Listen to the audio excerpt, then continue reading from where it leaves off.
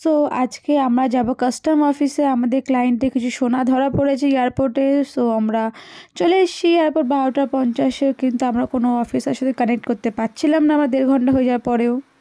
কি বলবি তো, এটা হলো গভর্নমেন্ট ডিপার্টমেন্টের প্রবলেম যে আমরা 12টার টাইম ছিল, 12:50, আমরা 1টার মধ্যে চলে এসেছি এয়ারপোর্টে। অথচ কাস্টম অফিসার যে নাম্বারটা দিয়েছে সেই নাম্বারে কেউ ফোন রিসিভ করছে না। আমাদের সমস্ত হাইকোর্টের মামলাগুলো রেখে দিয়ে, লোয়ার কোর্টের মামলাগুলো রেখে দিয়ে আমরা এখানে বসে আছি, অথচ কমিশনার যে মামলাটা শুনবে তার কোনো আতাপাতা নেই। তারপরে 5টা নাগাদ আমাদের জয়েন্ট কমিশনের মিটিং হলো, এখন আমরা বেরিয়ে যাচ্ছি। মিটিংটা ঠিকঠাক হয়েছে। নেক্সট দিন আমাদের আরেকটা হিয়ারিং ডেট পড়েছে, বাড়ি ফিরছি আমরা এবারে। হ্যাঁ 46,000 এই 46 লাখের সোনা।